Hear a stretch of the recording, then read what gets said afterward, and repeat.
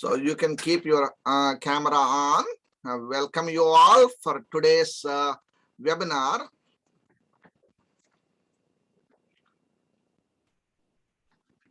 Good afternoon to everyone.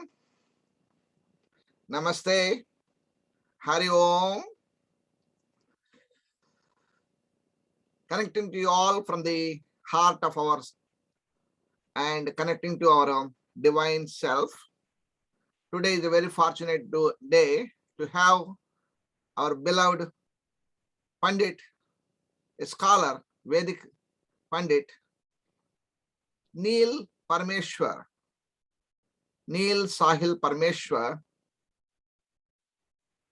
He is a Vedic scholar living with the Vedic tradition of the family, born and brought up in the Vedic tradition, bringing the wisdom of Vedic knowledge, the Vedic knowledge, which has bifurcated in the one of the healing power. Everybody knows about Ayurveda. But if Vedic wisdom, if you look into that, there are 4 Vedas are there: Rik Veda, Yajur Veda, Samaveda, Atharvana Veda. But there is no mention of Ayurveda. Ayurveda is the subdivision of Atharvana Veda, sub-classification of Atharvana Veda. So we think about that. Ayurveda, when we're studying, we know everything. It's not true. But it is developed as a science of a medical science. But in the ancient time, this Vedic wisdom of Rik Veda, Yajur Veda, Samaveda, Atharvana Veda, having a wonderful healing hymns are there. With the Vedic wisdom, I am always fascinated when I listen to the Vedic music, Vedic recitations, Vedic hymns. Something is happening in your physiology. It's a transformation is happening. That great transformation within you is called as a cellular transformation. That means you can heal the cancers. You can heal any chronic diseases. You can also heal any incurable diseases which are not given any name to the disease name. A lot of times we may feel that we don't know what type of disease we are suffering. All the medical reports and everything shows nothing is there, but you are suffering. Either it can be a spiritual, emotional, or some level of a divine disconnectivity. You feel that you are not grounded. In that conditions, it's a better way to look into that, a alternative therapy, which can be called the mantra therapy, mantra Chickasaw. So we are going to discuss about what is the importance of mantra Chickasaw and mantra therapy and their benefits. And this is the outlines we are going to give you to embark into the journey of divine knowledge.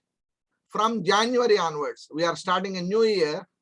Panditji has found an auspicious time, auspicious day to start this program. He has outlined for a program in such a way that 3 levels of the program, which is already we discussed earlier, that beginners level, intermediate level, and advanced level. And we can think about having a master level also, 4th level. First, we are thinking about 3 levels, such as beginners level, intermediate level, and advanced level. So that doesn't mean that you have to take all the courses. You don't need to sign up for all the programs. You can sign up for the beginners program, acclimatize with the knowledge of Vedic science and understand, connect with the divine source. Panditji will be giving a great source of knowledge and wisdom, and he will bring it to us, and with the benefits and knowing about the walking with you, walk through all the Vedic literatures, and in the kindergarten level, like that in the Vedic level, and learning the Sanskrit basics. It's not like a Sanskrit class we are teaching you, but to understand the scriptures, to understand the meaning, utmost meaning. Born and brought up here in this United States, you will be able to understand his lingo and language easily, and very fun-loving way you can understand the concepts. And at the same time, Dr. Shekhar, you may think about that, I may miss one class. What should I do? No worries. We are recording all the Zoom recordings. These recordings will be sent it to you. You can download it. And once you download it, you can do listening to these presentations and take a notes, and everything can be done. Once it is done, what is the benefit of it? You will get a certification that Mantra Chickasaw, Mantra Therapy, a beginner's level program, a 27 hours program in the beginner's level program. So a similar way, we have all the information is posted on our website. I'll show you the website where to register and everything. It's easy to do, navigate yourself. You can register online. And once you register, then you will get the confirmations and everything. And it's easy for you to attend the upcoming classes. If you feel that you wanted to have only one class to attend, and after that you wanted to sign up for the remaining classes, you are most welcome. There's no obligation here. You feel that confident that we feel confident that you will be getting an utmost divine knowledge. It's a powerful knowledge. You don't need to go all the way to India and spend some time and learn knowledge and everything. It is available in your doorsteps, in your place, at your place. You can easily understand the language, knowledge, and communicate with him, and we'll be happy to give Panditji's contact information and everything. You'll be happy to do it. And not only that, we wanted to do in a different way of looking for the bigger picture. We are looking for a beautiful location for the ashram where we can establish, you can get some special training, impersonal training with the homas, yajnas, and Vedic recitations and astrological things. So many aspects you can look into that, and that will benefit you for the healing power within you, which is not touched by the medical sciences, and it will be a wonderful, perfect solution for the various health problems and personal healing of individual. And with due respect, now I request Panditji to join with us and to give, this is a 1 hour session. It will be recorded. We'll be happy to send it to you, the link to you. You can download to your computers and listen to that. And one thing is important that you can, families can join, and the whole family can join. And sometimes you can have friends can inform to them, they can also join. Then we'll have a wonderful way of connecting to everybody and to know the knowledge of Ayurvedic science of the Mantra Chikitsa or Mantra Therapy. Now, if you have any questions, you can put in the chat box. I'll be happy to bring these questions to the Panditji, and he will be able to answer for all the questions. You can feel free to put all the questions in the chat box. Panditji, welcome. Namaste. Namaste. Thank you, Doctor. Yeah, before we start talking about the class, I'll just recite a couple mantras, one to the Guru and one to Ganesha and Saraswati.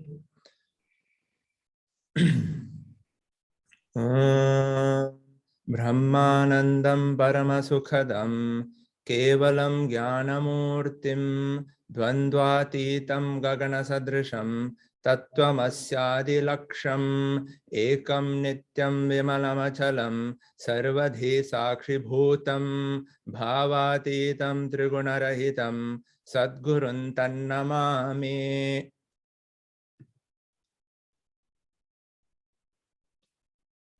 Om Shri Gurubhyo Namaha Harihi Om Gananantva Ganapatig Havamahe Priyanantva Priyapatig Havamahe Nidhinantva Nidhipatig Havamahe Vaso Mama Shri Mahaganadhipataye Namaha Om Prano Yachatvaryama Prapusha Prasaraswati Pravag Devi Dadatunaha Aryamanam Brihaspatimindrandana Yachodaya Vacham Vishnu Saraswati Savitarancha Vajinam Om Shri Mahasaraswate Namaha.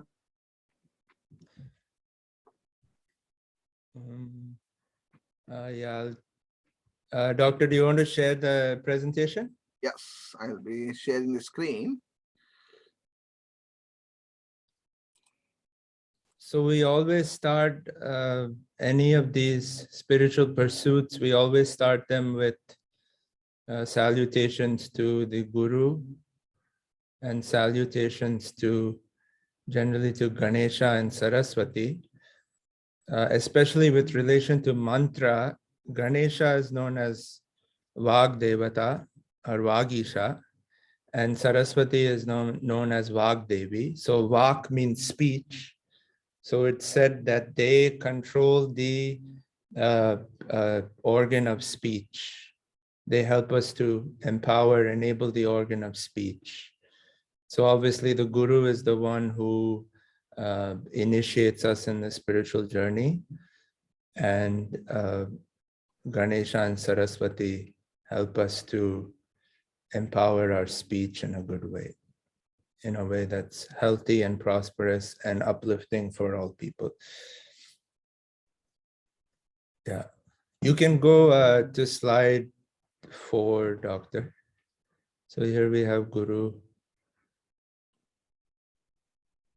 And here we have Ganesha and Saraswati.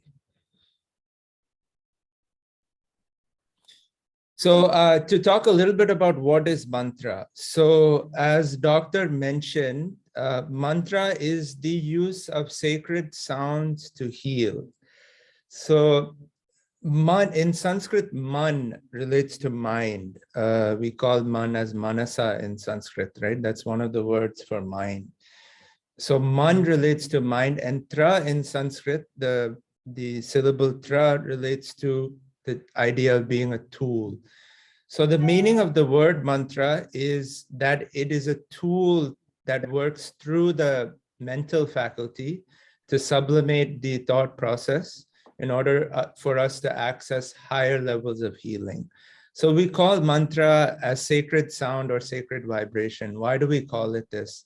As Doctor mentioned, even on a physical level, when you recite these mantras, whether they're simple mantras like bijaksharas or bija mantras, which we'll talk about a little bit later, or whether they're more complex Veda mantras like what I recited before, they work through the element of ether, of akasha. So the sound works through the element of akasha to rearrange, let's say, our constitution in a way that's more uplifting, that's more connected to the divine.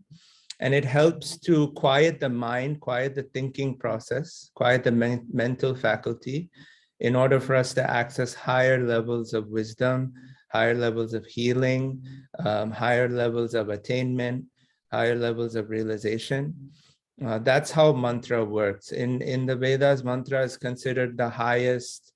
It's related to sattva guna. It's considered the highest of the modes of worship. So there are 3 modes of worship: mantra, yantra, and tantra. Yantra and tantra I won't talk too much about today. We can talk about that at another time. But mantra is the one which is related to sattva guna, which is considered to be the highest and most purifying form of worship. So for every Vedic ceremony, we use mantra. Even as a meditative practice, we use mantra, as Doctor mentioned, and as we'll be getting more into today. As a healing practice, also we use mantra. As a medicinal practice, also we use mantra, because it works not just on the inner space, but on the body and the mind as well. There's one Swami from Chidambaram before named Ramalinga Swami, and he talked a lot about how 80 to 90% of matter is actually space. And this is proven now with quantum physics as well. You can look into this. They're starting to research this. 80 to 90% of any matter is space, is akasha, ether. So the mantra works through the sublimation, of the mind to access that element of space in order to match our vibration better with the subtle vibration of the divine.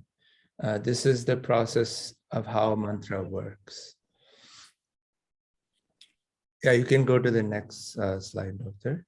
So Sanskrit, why is Sanskrit? Why is it important to recite mantras in Sanskrit? Why don't we recite mantras in English, for example, or any more modern languages? So the thing about these ancient languages, Sanskrit including ancient Arabic, not modern Arabic, but the ancient Arabic of, for example, the Quranic time, Hebrew, ancient Greek and Roman, the languages during Christ's time, Aramaic, for example.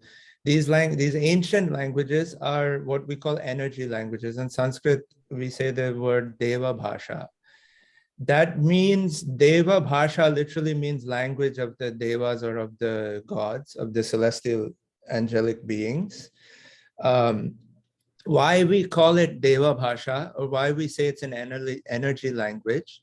Sanskrit and these energy languages use the vibration of the sound to sublimate thinking, rather than today how we use English to invoke thought. So if I say the word dog, for example, you'll picture a dog in your mind, right? Whether it's a memory of a dog you've seen before, or your dog which you have at your house, or a dog you saw from your childhood, you'll have some mental image of a dog.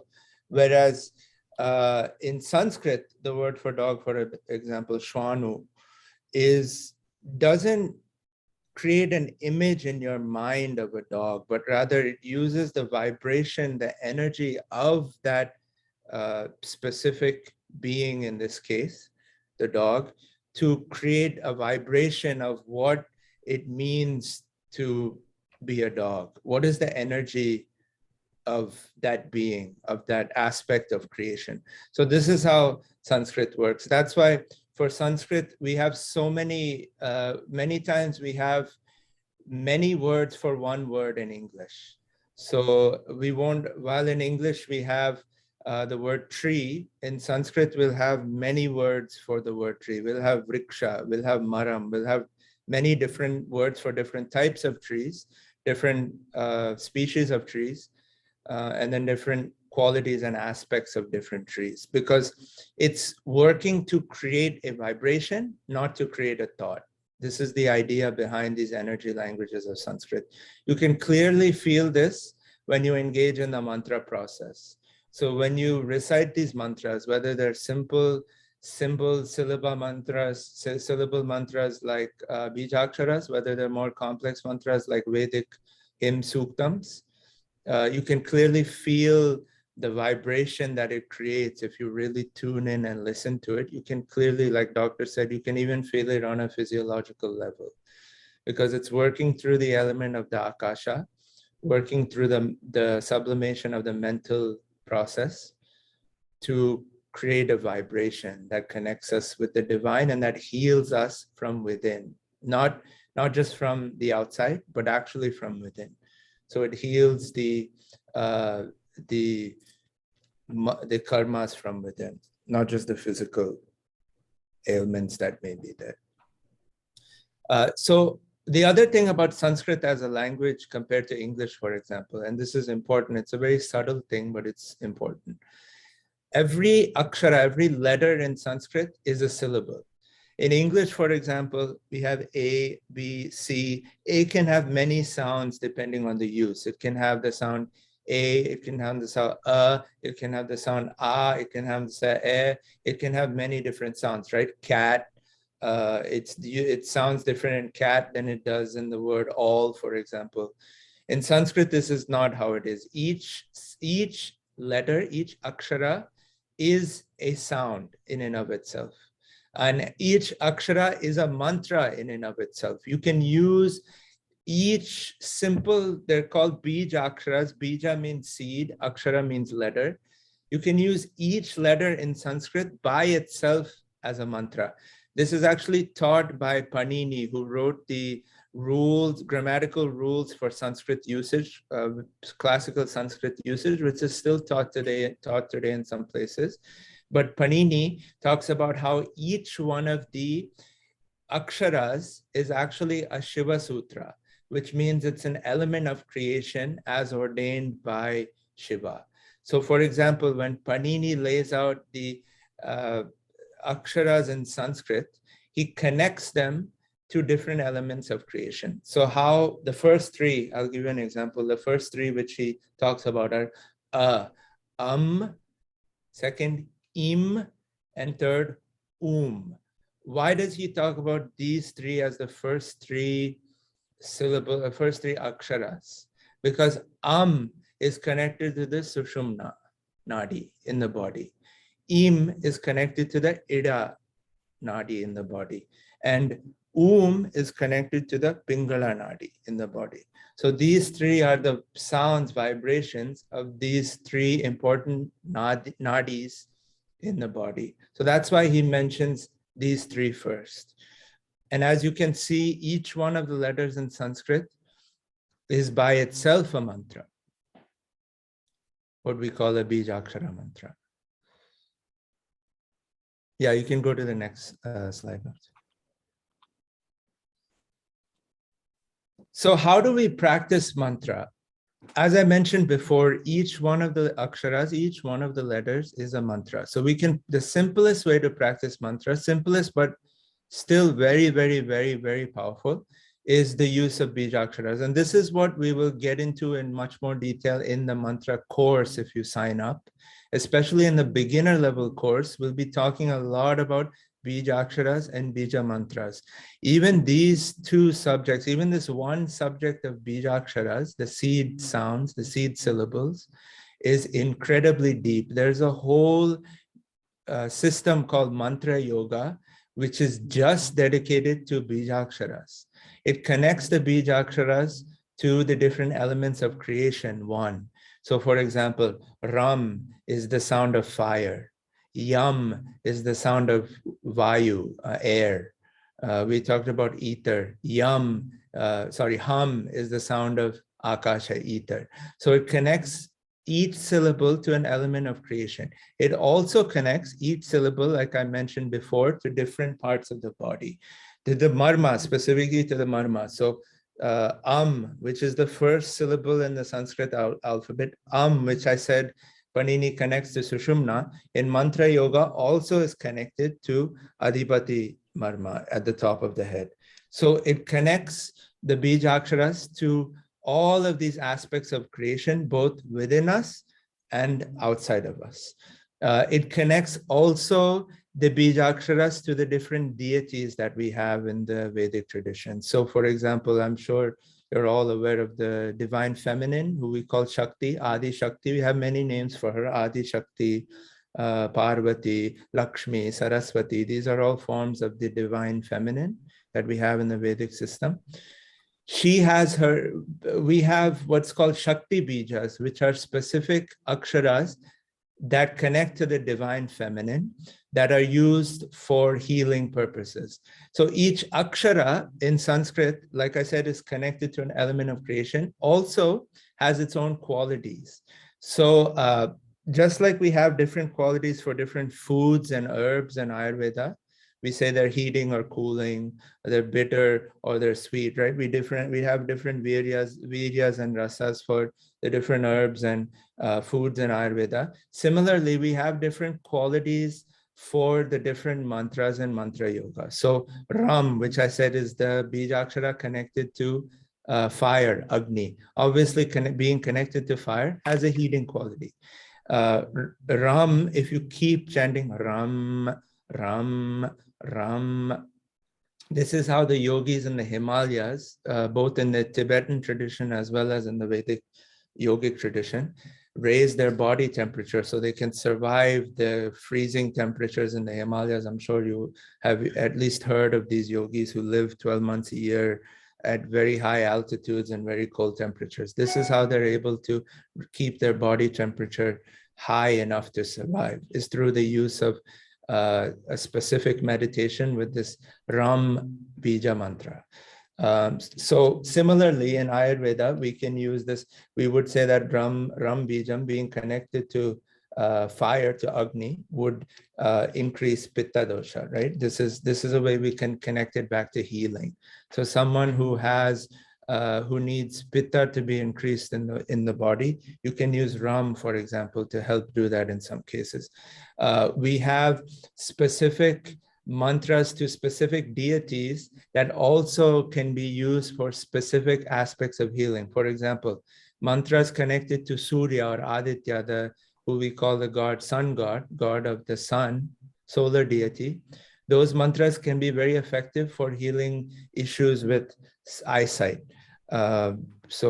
Mantras like Om Adityaya Namaha, Om Suryaya Namaha, Om Khagaya Namaha, Om Pushne Namaha. These mantras can be effective for healing issues with vision, with sight.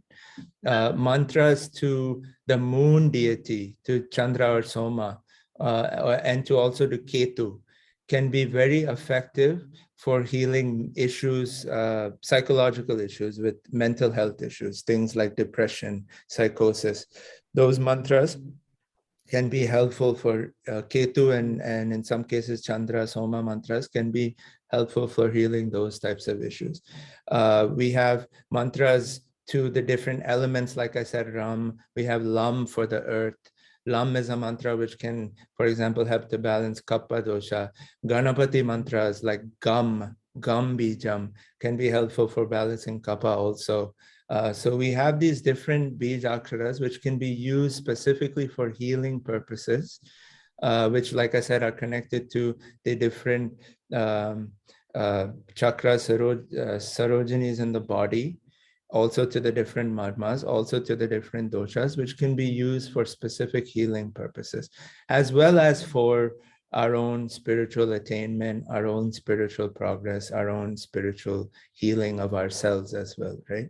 Because ultimately that's what all of this is about, is to not just for healing others, but for healing ourselves as well. So it can help to heal us from within and bring us back into better balance also.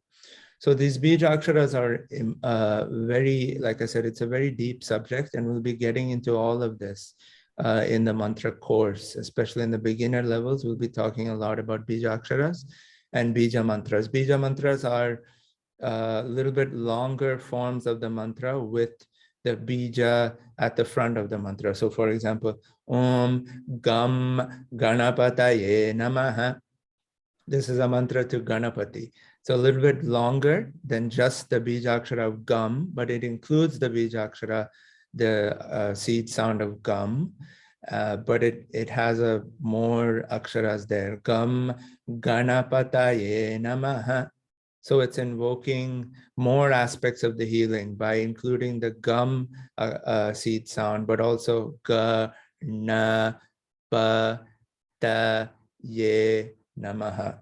So we'll go through sort of how these mantras can be used for healing.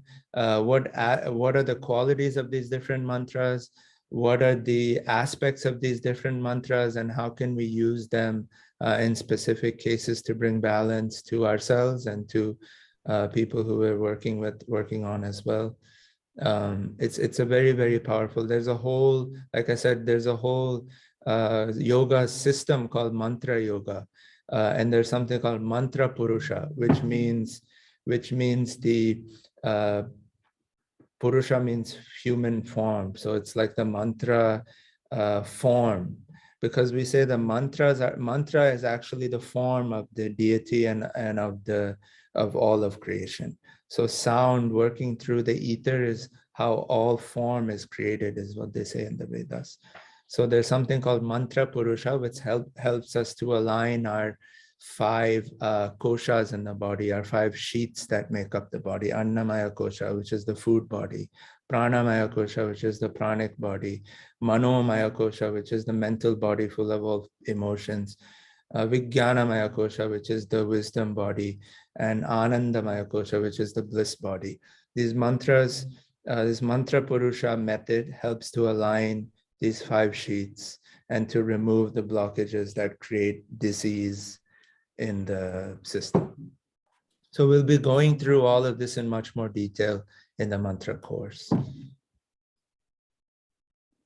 Yeah, you can go on. So at the beginner level, we'll have 9 classes over a period of 3 months. Like I said, we'll be talking about the Bijaksharas, Bija mantras, about the process of mantra yoga, about mantra Purusha. How do we use these different Bijaksharas to enhance our own process of healing, to enhance our ability to heal others, and also for our own personal sadhana as well. So for example, mantra is one thing that can be added to any sadhana to enhance it.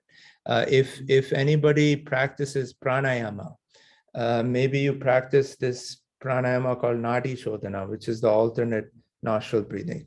There is a process of using the bijaksharas to enhance that practice, where we use different bijaksharas for inhalation and exhalation on the left side, and inhalation and exhalation on the right side, and then on the holding of the breath. So in one system, it's Shreem on the left side and Hreem on the right side. In another system, it's Sam on the left side, Ram on the right side, with Hum as the holding, Kumbhaga. So there are different systems taught that enhance practices we already do. There are mantras for different asanas that we practice if you have an asana practice.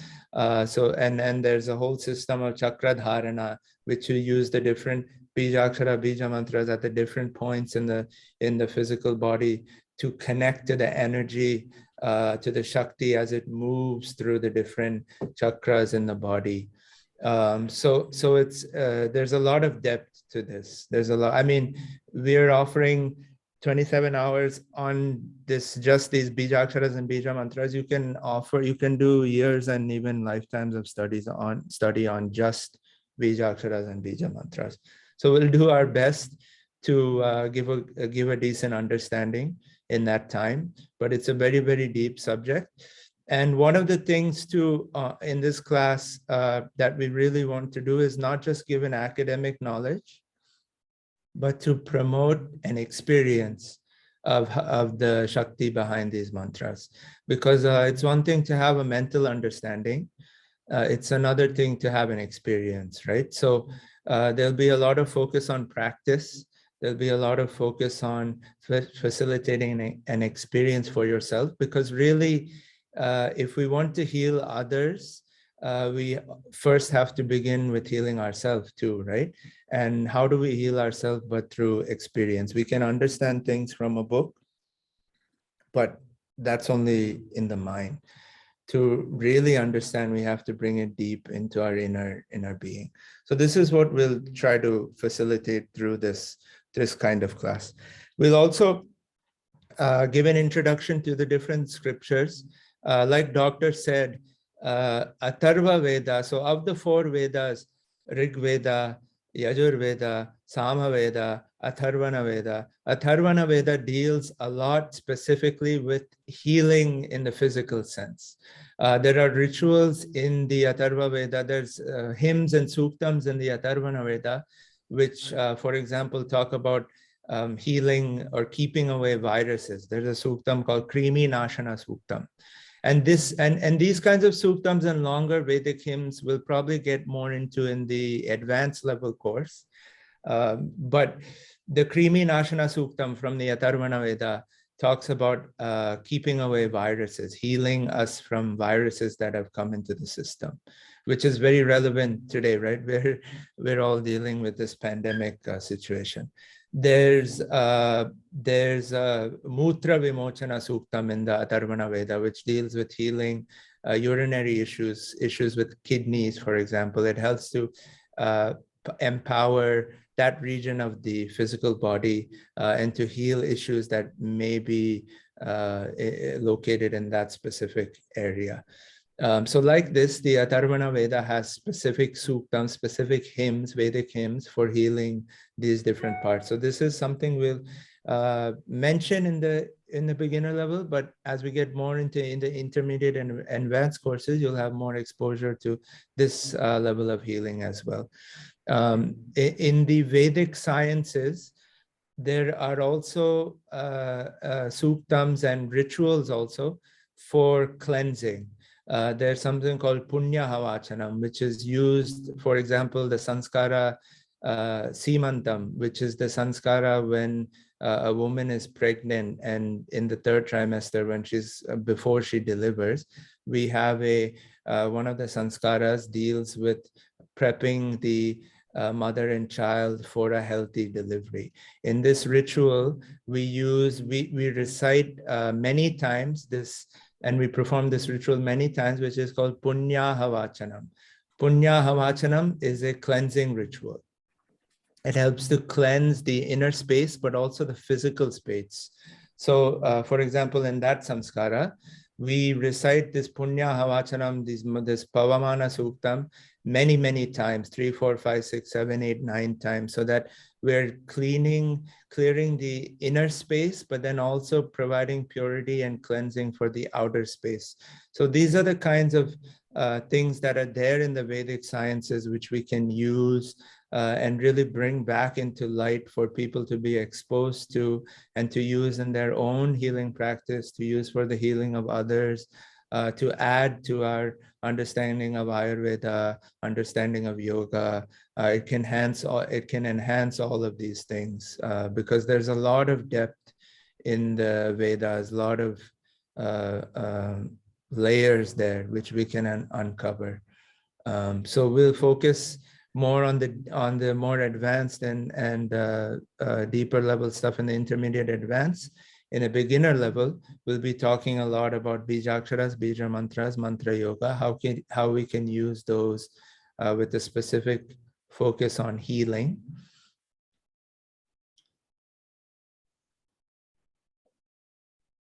Yeah. So I don't know how are we on time? We have still 20 minutes. Yeah. Are there any questions? We have some questions. Yes. Panditji. I'm very curious about the classes. Fabio from Brazil. I am already enrolled in the 3 courses. Thank you for the opportunity. Best regards. Thank you very much, Fabio. Andrade, joining from Brazil, São Paulo, and you have a doctoral degree in the jurisdiction, and you're an attorney. You are fascinated about the knowledge about the Vedic sciences and everything. I am so witnessed that you have a wonderful training programs in Ayurveda. Now you have enrolled into all 3 levels of the program, and congratulating you for joining all 3 programs. And for the beginners level, intermediate level, and advanced level, 3 levels. And the next question is from him: how much one should chant the mantra for different purposes? For example, for healing or self-improvement. Is it for at least a specific time or rounds on Japamala? Yes, very good question. Very good question, Fabio. So for these shorter Bijaksharas and Bija Mantras, well, let's start with Bijaksharas. With the shorter Bijaksharas, they're very short mantras, but the method, which we'll also get into the course, the method for chanting them, it's not necessarily about speed or number, especially with the Bijaksharas. It's about feeling the vibration, the inner vibration. So let's take the Bijakshara. Let's take Om. Om is a very common one, which everybody knows, right? Om. Even in yoga classes, a lot of times in the opening, they chant Om, right? This is said to be Pranava. In Sanskrit, in the Vedas, we call Om as Pranava. In the Mandukya Upanishad, we say the opening of the Mandukya Upanishad says Om Mitte Dadaksharam Idam Sarvam, which means Om is the vibration which covers the entirety of creation. So Om is said to be the vibration of the entire creation. So Om is made up of 3 syllables, they say in the Vedas: A, U, and Ma. A stands for creation. U stands for maintenance, preservation. And stands for dissolution, destruction. This is the cycle of time, right? Things are created, they're preserved, and then they're destroyed. Even the physical body, this is what happens. We're born, we live for some time, and then we die. So Om is the mantra bijakshara, which covers this entire cycle of time. That's why it's lauded so much in the Vedas. And many of the Upanishads, I talk about how powerful this mantra is and how it's the sound of creation. Mandukya Upanishad, I said, in the Ishavasya Upanishad, Ishavasyam Midam Sarvam. Yachakinchit jagatyam jagate. It says, it means Ishavasyam, which is referring to the sound of Om, covers the entirety of creation. All that moves and doesn't move is covered by that mantra of Om. All of creation, that which is moving and that which is inert, everything in between is covered by this. So when we chant these shorter bijaksharas, really the way to chant it in a way which you can resonate, feel it resonate from within, is to chant it slowly and to feel the vibration throughout the physical body and then on the deeper level. So you can chant it loudly also. You can chant it as loudly as you want. You can chant it very loudly, so a lot of people can hear it. You can chant it sort of under your breath for your own self to hear, or you can chant it even silently in the mind. To start out, it's good to chant it a little bit loudly, so it works through the physical mind and body as well. But it's good to start slow and really feel that energy of the mantra. So for Om, for example, if you're chanting Om,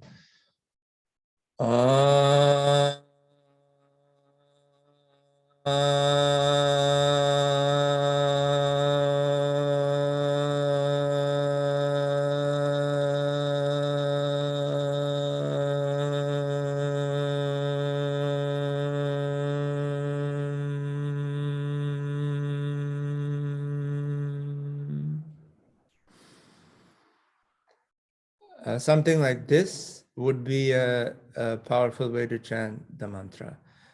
We can do this with other bijakshara as well. Gam.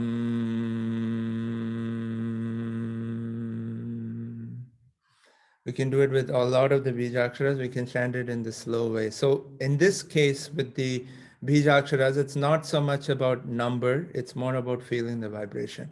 With bija mantras, like longer bija mantras, like Om, Gam, Ganapataye Namaha, Om, Sam, Sharavana, Bhavaya Namaha.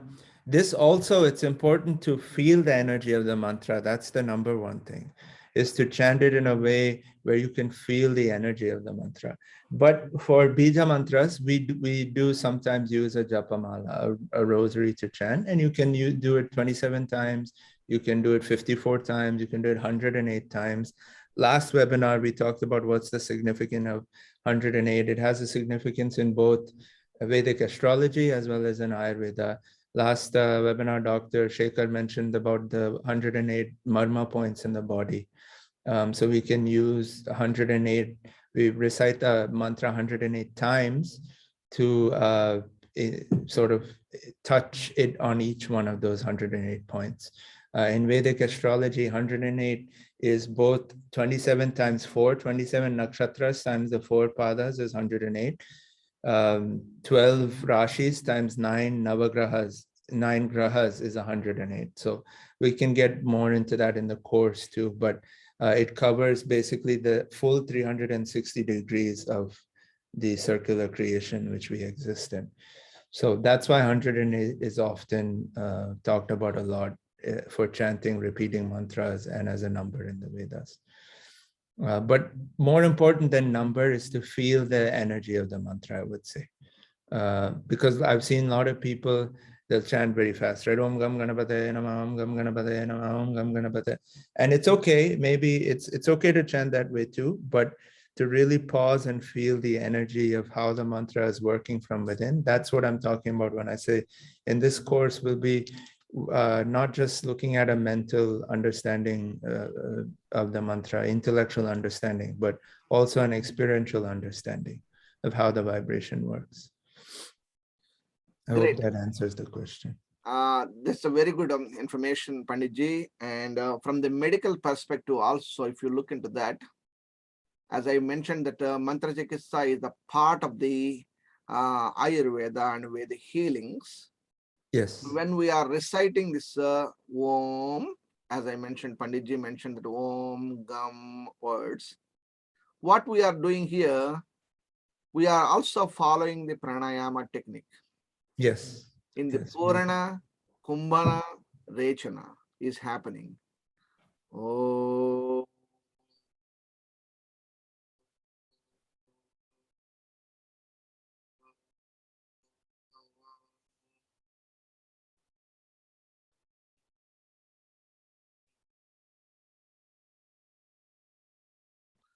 So when you're reciting that way, what is happening? Your lungs are expanding.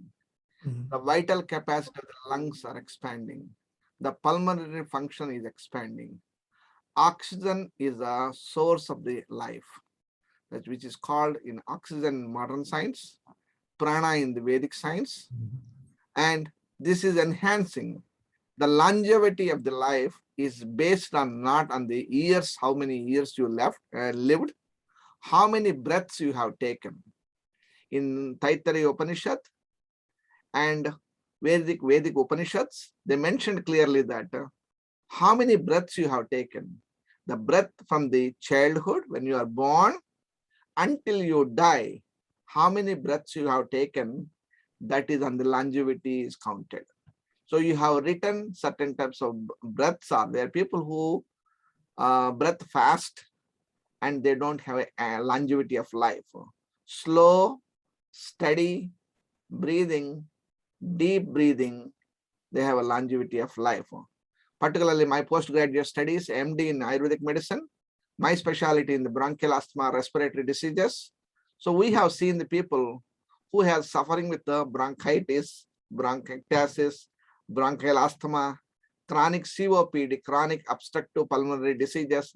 Those having a longevity of life is low, and because they are not, oxygen supply is not happening. When I was doing this one, we given these mantras, simple mantras, like a Om, make them to chant for several times, slowly breathing in and out and reciting loudly as much as possible, but not to breath out, like that, not slow. Om.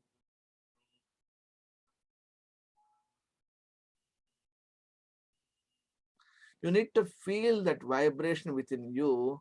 If you are doing inside, you may be having a thought processes are coming, what's going on, these things.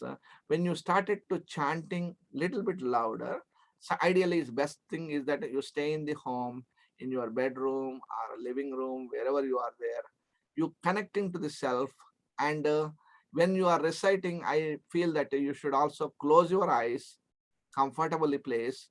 And if you wanted to have a shawl, some rudrakshas and malas, you can put it any garlands and everything, can put it nice smelling, and taking the mantras and deep inside with the sacredness, with the reverence, with the healing power, with the faith, with the trust.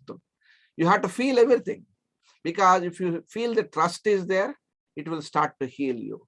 If you don't have a trust on that, it won't heal you. And this is the trust is important. Faith is important. It's interesting that today we have completed 7 days Panchakarma for one of the Indian man who was born in Goa, but Goa is popular with the Portuguese, and his name is Leslie. Indian man having a Leslie name is a common thing like that because of Portuguese, and they have a Christian names are there, Thomas and Matthew. These are the common names are also there in India. And it's interesting that being is born in the Christianity and everything, he has to go to the church every Sunday. During the Panchakarma time also, he asked me that, Dr. Shekhar, can I go to the church? And yes, you are most welcome. You finish your program and 11 o'clock you can go to the session. He went there and he started reading of all the spiritual books and everything. Final day, 7th day, he asked me, Dr. Shekhar, can you teach me meditation technique? Then I said that, okay, how do you believe that being a Christian, a meditation you are asking, do you think that meditation is Hinduism? No, it is not Hindu. It is a Vedic. We have created this Hinduism, Christianity, Muslimism, Judaism, all the different things we have created as religions. Religions are putting you in a right path and respecting and all the different rituals. We are doing the rituals. In Vedic culture, there is no specific rituals. Anybody can practice, anybody can do as how they have faith and trust and reverence, obedience, and all the qualities are there, they can learn. As soon as I started teaching this meditation, simple thing, and as I discussed about the Panditji, what he was mentioning, that Om recitation, either you can start with loudly outside, slowly you can go inside and started doing. What he said that immediately, Dr. Shekhar, today at night I'm going to start it and see the difference. Next day, today morning, he was saying that I feel difference. I feel difference. I'm not anymore, I cannot call myself as a Christian or a Hindu or something like that. I see the universal person like that, a human being. Another interesting thing he mentioned that in Bible, the woman is born from the man. How come? How the Bible, in the Bible, how the woman is born from the man?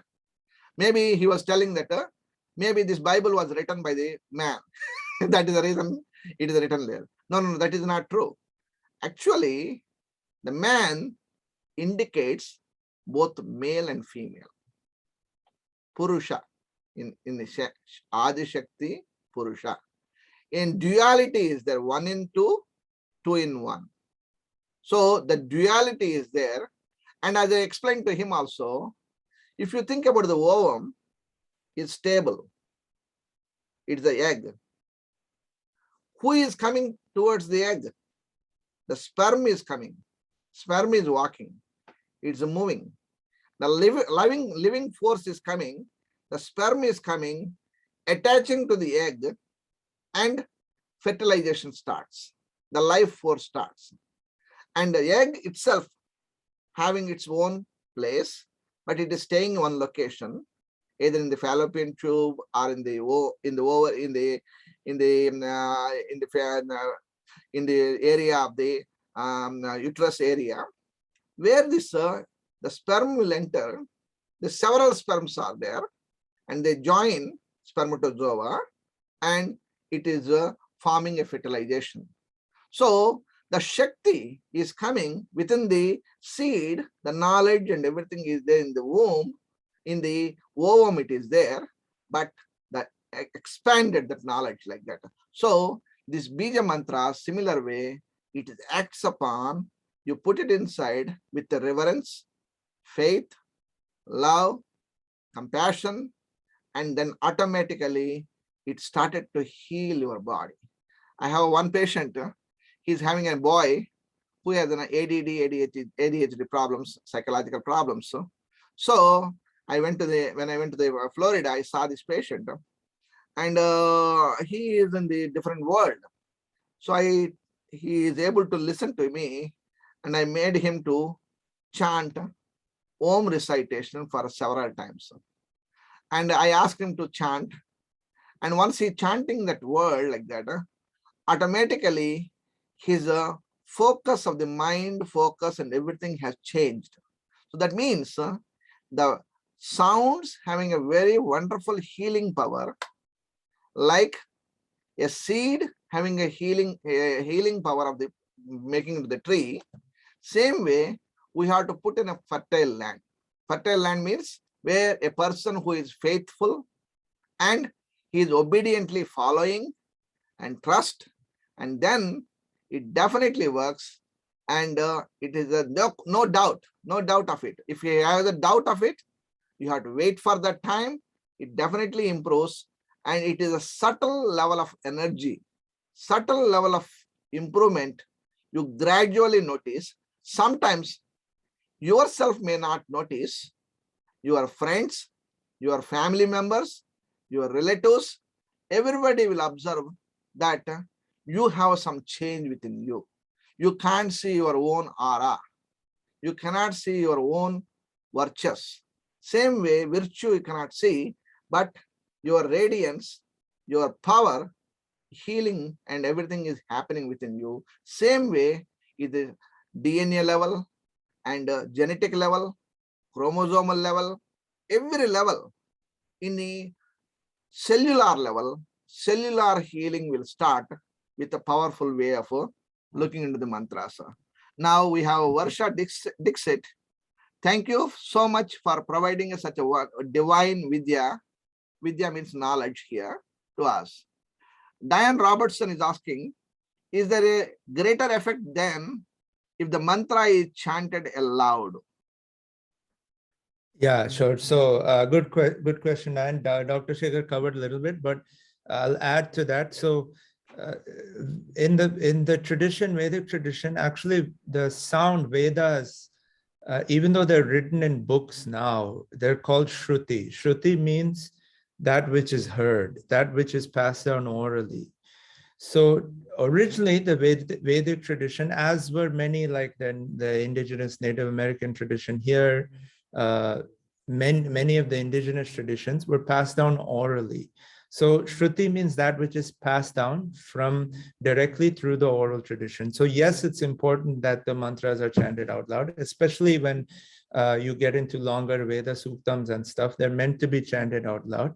As Dr. Shekhar mentioned, when you chant it out loud, it works on the pranic body as well to increase or regulate your breathing mechanism. It also works on the mind to work to sort of seize the thinking process, both conscious and subconscious.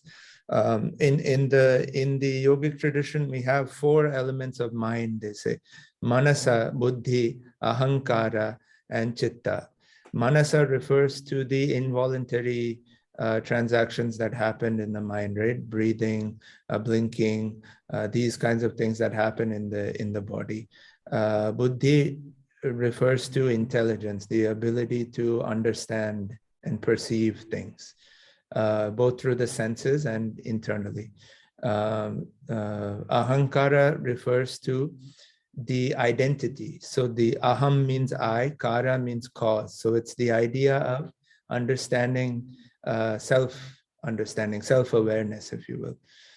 And finally, chitta is the sum total of all consciousness. So this includes the subconscious processes and thoughts and feelings and emotions that happen beneath the surface that we're not even necessarily aware of. And we call these vrittis, vasanas, in the yogic tradition as well. So chitta refers to the sum total of consciousness. So the idea behind chanting the mantras out loud, like I said, man is mind, tra is tool, is that it's able to penetrate through these 4 layers of mind and help us access a deeper level of awareness, a deeper level of healing, and a deeper level of realization.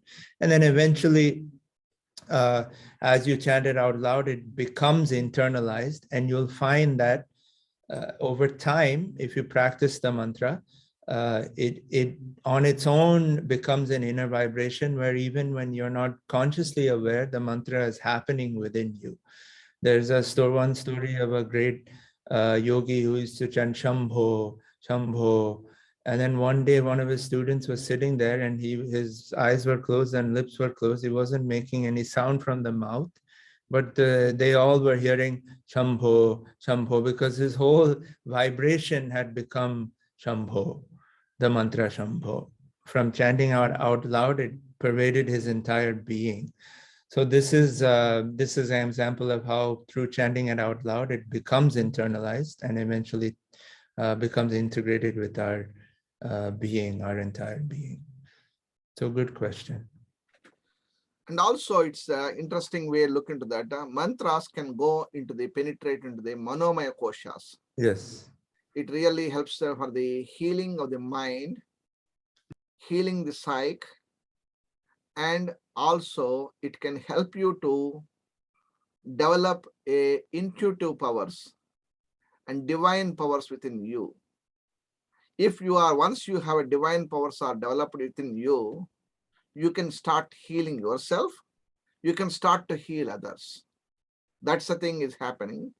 First, before jumping into the healing others, first we start to heal ourselves.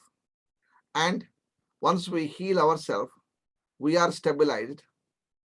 And it's clearly mentioned in Ayurveda, a swastha, samadoshaha samagnisya, samadhatu malakriyaha, prasanna atma indriya manaha, swastha itya vidiyate. Prasanna atma, the blissful state of mind. Always while you are angry, you are upset, you are stressed out, and all the levels, still your mind is stable. That means if you are stressed out, it should not affect your heart. It should not affect your brain. What it affects? It is affects only on the physical level, but it can nullify by taking a shower or eating some good food and sleep. It has to go away. And the balance should be clear. It should not affect on your brain. Like for example, somebody said that to you, bad word. Do you take it? Do you keep it? Or you wanted to ignore it? Or you want to take in a constructive way, look into that. So this is the thing which is called Vichakshana Jnana. Vichakshana Jnana means which is gives a differentiation of good and bad, whether what should I take it or not. There is so many bad things are there and good things are there. You cannot completely avoid it. Bad things. Oh, bad, whole world is bad. Somebody said that, Dr. Shekhar, the political things are very bad in future. I will not live in this country anymore. I will go to some other country. Even some other country you go there also, their politics, you don't like it. So you are running away from the people. Like you cannot run away from the people like that. You create some community, a like-minded people, start to live there, and you started to feel secure and happy. That is the way we have to, if problem is there, you run away from that problem, the problem is going to go away? No. You have to find the remedy for that to heal yourself. So that is the way a human being, if you don't know, so for example, if I don't know some of the things, I will connect with somebody and to let the knowledge comes, and then I feel that more secured and happy. That is the way we have to live life. Ups and downs are always there. Happiness and misery is there. We have to accept both ways. Then only you can succeed in the life. Life is not a simple thing like that, but one can take it that way and to help themselves to heal this power within you and be strong to make this knowledge is empowering you to get the greatest energy, enthusiasm, compassion, love, and in addition to that, it gives a confidence within you and empowerment. These are the things which we are bringing that one for you. You will definitely succeed. Your fulfillments. You wanted to be an artist, you wanted to be a singer, you wanted to be a musician, you wanted to be a writer, or you wanted to be a speaker, you wanted to be a dancer, anything you wanted to do, fulfillment of your desires, it is a sprouting start. But remember, this mantra chikitsa, mantras, definitely you can practice anywhere. When you are flying, you can take this mantra, you can close your eyes, 8 hours, 16 hours of flight. Last time when I was flying, 16 hours flight in India, to India, I was reciting some chanting of mantras. I felt that I was flying only within America for 3 hours flight.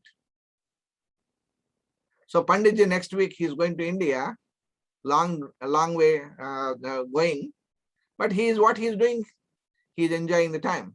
Somebody, oh my God, 16 hours I have to sit in the flight, in the same flight? No, I can't fly. But once you sit there, and a pilot is also sitting, and flight attendants is sitting there, there are 300 people are sitting there with you, you are feeling not insecure, you are not alone, you are there, the group of people are there with you, you are creating your own bubble. You are creating your own bubble. In that bubble, you are living with happy and enjoyment. You are going for the purpose. That purpose you are thinking about positive way, then you will feel succeeded and positive thinking. Then you can have a mission is success. When you come back, you feel more energetic and enthusiastic. The way is that the results, when you are looking for the fruits, you are looking for that, then you definitely feel satisfied and happiness is there. That happiness is nothing but enjoyment and bliss, and your longevity of life is enhancing, and the misery is gone, disease is gone. And we are not looking for only medicine part. Dr. Shekhar, give me a medicine for this one. Give me a medicine. Then you have to live in the medicinal cabinet. You have to live in the medicinal cabinet. Why don't you go and sit in the cabinet? Or pharmacy, or apothecary. But we are not like that. What we have to do, we have to heal ourselves, and we have to self-healing. These medicines, these treatments, therapies, surgeries, only temporary. To succeed to the far into the other bank, other side of the river. But you have to start walking. You have to start moving. And that encouragement is very, very important. Thank you all of you for joining such a wonderful knowledge and sharing. And I will be sharing with you, because if you are familiar with this website, I'm going to share with you before concluding how to register for these courses. And Panditji will be going to India in short period of 1 month. He has some special performances, invited him to some opening of the houses and some performance and the pujas and everything. He will be with the divine blessings. He will be traveling there, and 1 month later he will be coming back, and again we will be doing one more webinar before starting our sessions.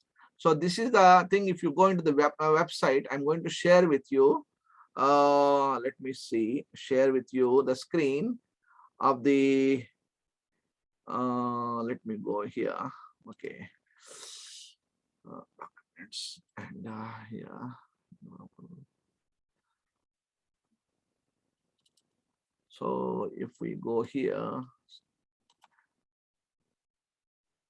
okay, now I'm going to take you to the sharing the screen.